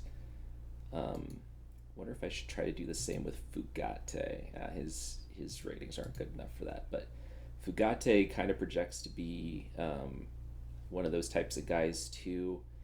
I mean, we've got a few guys. Fugate is one who had a really good end of the season last year. Was actually, I think, even on our playoff roster. Alex Gutierrez he's going to start the year in the minors, but he's an intriguing name to watch. Jorge Vela, had a solid AAA season. Could he be a backup outfielder for us? Maybe. Wade Shelley is going to be a starter for us. It's going to be DeJesus and Shelley at the corners. But yeah, obviously he gets pushed out for Cunningham because I'm forcing him to start in left field to get experience there. So, um, yeah, that's really the main thing of note here. Um, and I guess development lab, we got 1 day till that ends. Not looking good for Eddie Sanchez, by the way, but the rest of these are looking solid overall, I'd say. And a few of these right on the borderline. I don't think it's going to get up high enough in time for 1 day. So let's go ahead and sim this live and make sure my rotation's set. It is okay. And we'll finish today. 1 second. All right. And, oh, as I just realized, there we go. This is not accurate at all. But yeah, we've got, two outstandings, a successful, and a poor. Yeah, poor on Danny Sanchez is annoying. You hate to see those, but Phil Feldman, current power improves by less than 5. I mean, I'll take it. He will be playing in spring training for us. Outstanding result for Eddie Aguilar. Potential control and current control both improve. He should get some spot starts in spring training for sure, as a potential 5th starter for us. And then TJ Strapadopoulos also improved his control. His potential went down in the off season, but it was only potential that dropped. It looks like, which it was a lot of potential, but he's 26. I mean, that's kind of expected. This is kind of who he is at this point. But yeah, his control should have gone up. I think it just hasn't reflected yet in his ratings, but it will eventually. Yeah, the rest, no improvement. So we'll have to do some defensive development labs now. Yeah, let's see. Not Austin Wells, but yeah, I'll decide who I want to do for those. I'll do that off camera because I think, it might take me a second to figure out how I want to do that exactly. But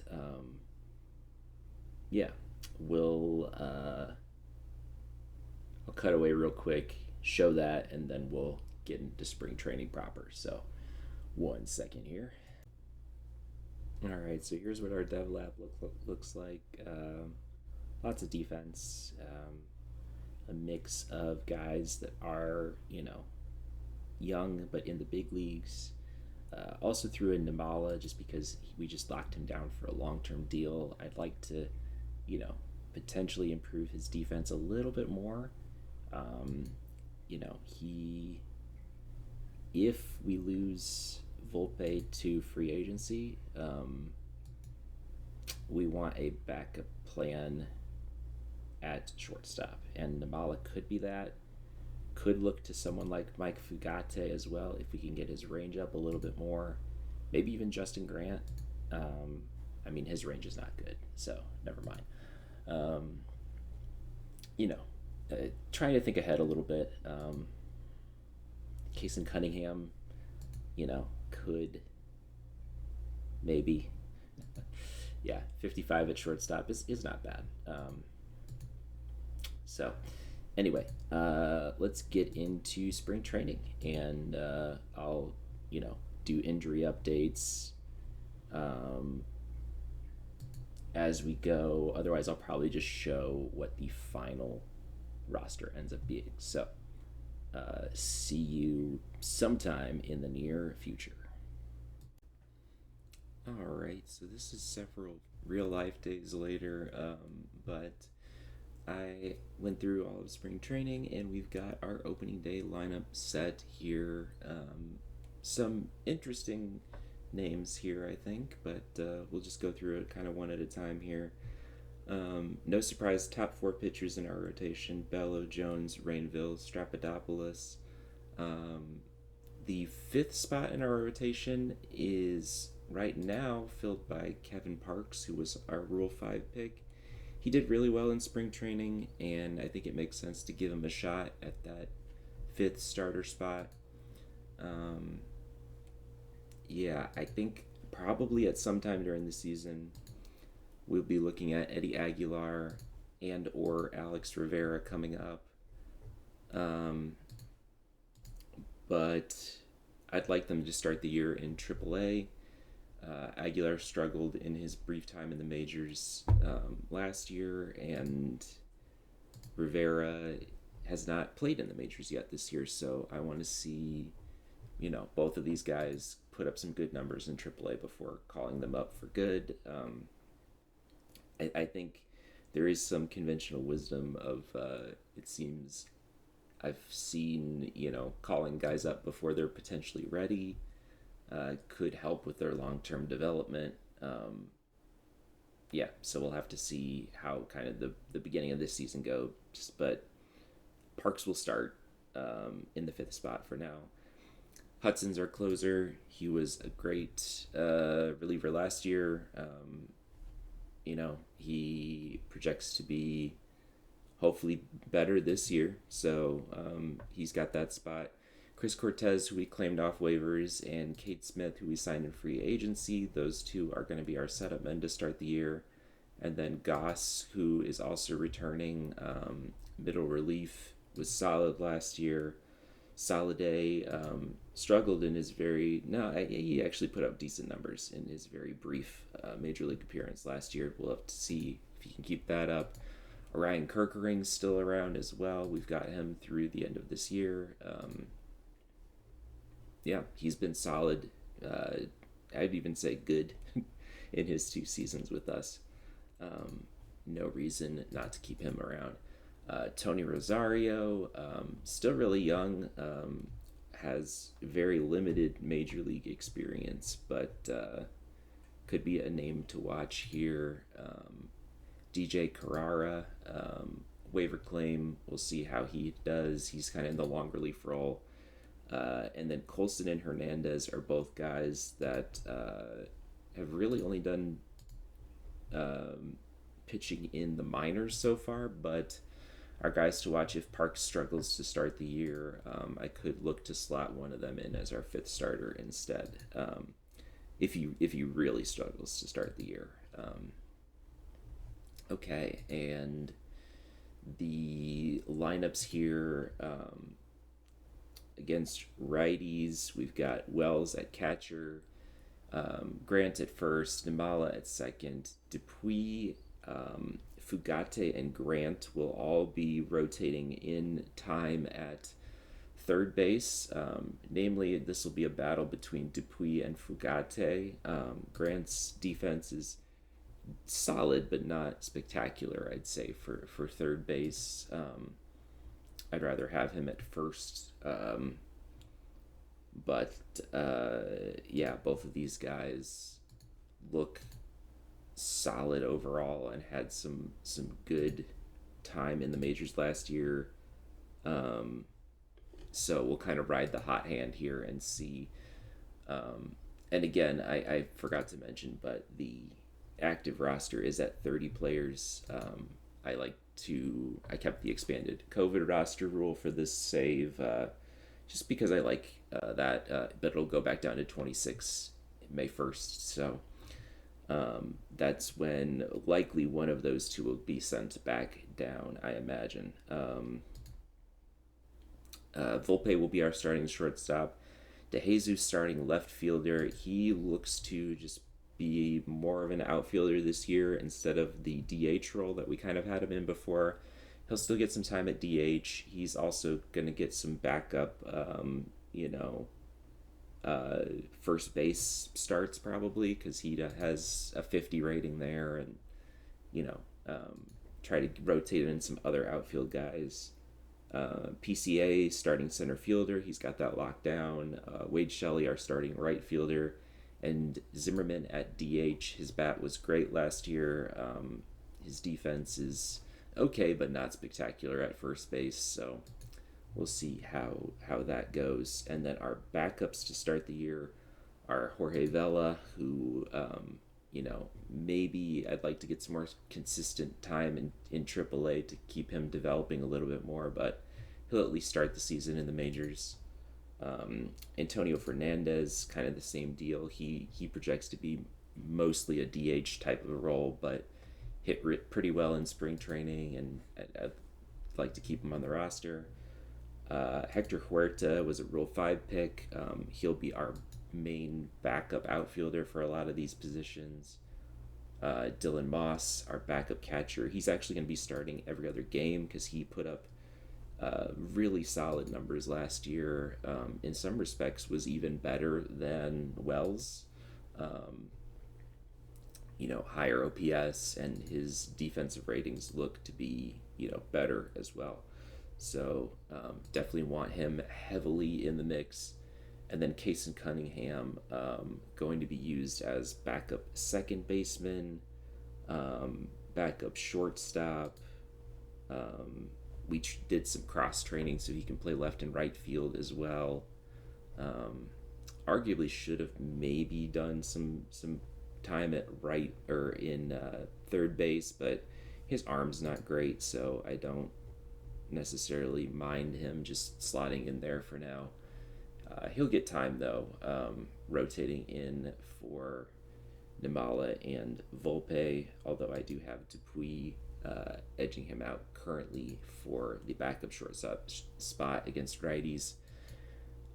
Against lefties, Moss will be starting at catcher over Wells. Wells is awful against lefties.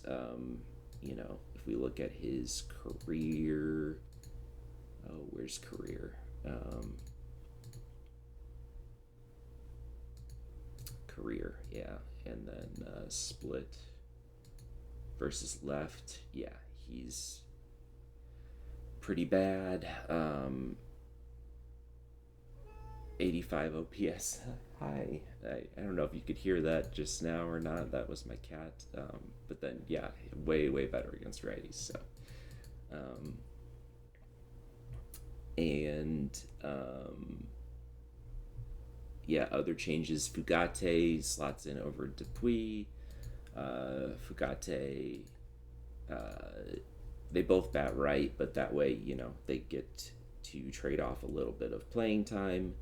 I think the rest of our lineups look mostly the same, with the exception of, Wells basically not being in the lineup at all. Fernandez, I think I had rotating in as backup DH. He also will not be playing against lefties much because he is a left-handed hitter. And that'll give Huerta and De Jesus more time at DH as well. And then against righties, Fernandez and Wells will be our DH candidates. Wells mainly to give Moss more playing time at catcher as well when Zimmerman is tired. So, yeah, that is our roster to start the year. Some names to watch in the minors. Obviously, we talked about Rivera and Aguilar. Lopez struggled in his time in the majors last year. I'd like to see him make another jump up. Pete Bush is another name to watch as a possible starter in our system. Adam Rath was hurt at the end of last year, I believe, and yeah, missed some time. Otherwise, he could have potentially been a call up. Kyle Jackson being used as a closer, but could be a starter in the future. He's put up really good numbers so far. He's our number 88 prospect. In terms of top prospects, yeah, Danny Sanchez starting the year in A+. Uribe. We've got a lot of guys that are in the top 200, but only 3 in the top 100. So 15th out of 32 overall. Phil Feldman's another guy who could maybe look to contribute this year at some point. He did successfully, as we go to history, complete training to. He had 2 successful trainings. home run power and infield defense, so he's looking better um, overall.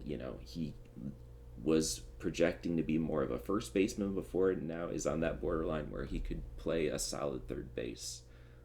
Definitely not shortstop, but I wouldn't mind sticking him in at third base if his hitting continues to develop like it appears to be. So we'll have to see how he does this year. Um, Aiden Roberts in AAA, was solid last year, and if we need a call up, he could be a guy that contributes. Um, are there any other guys that are close? Alan Freeman is potentially a name to watch as a potential DH slash first base candidate. I need to see this avoid K's get up higher, but if his power realizes its full potential, he could be a very dangerous hitter. Um, yeah, and Alex Gutierrez in starting the year in AA, he's just looks like a solid all around player. So we'll have to see if and how he contributes as well. Um, and let's see, our development dev lab, James Hudson, successful in pitch movement. That hasn't been reflected in his current ratings yet, I believe. So, um, you know, that's why I think I said earlier he should project to be even more of a dominant reliever than he had been. Um, so expecting big things from him this year. Feldman, we just talked about. Fugate improved his infield defense and can now play a pretty good shortstop.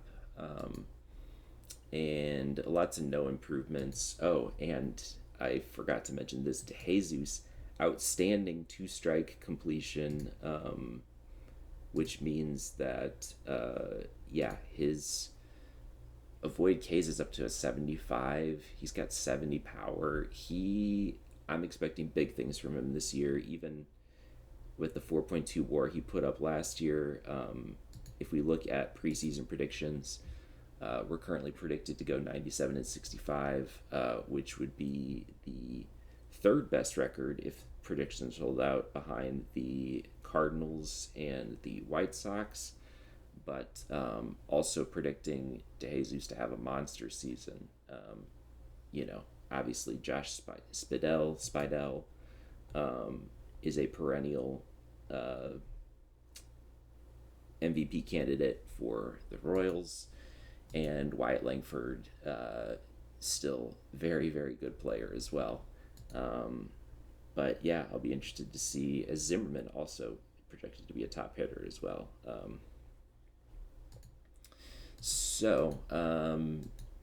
I think this is another season where we are hoping to make it to the World Series. This is kind of, in some ways, a last hurrah kind of season, because Volpe might not be back next year. A lot of these guys will be reaching arbitration, and so we might have to make some decisions on who to keep, who to cut, depending. Volpe leaving would free up a lot of money, but also would, leave us with a need at shortstop. So we'll have to see how this season plays out.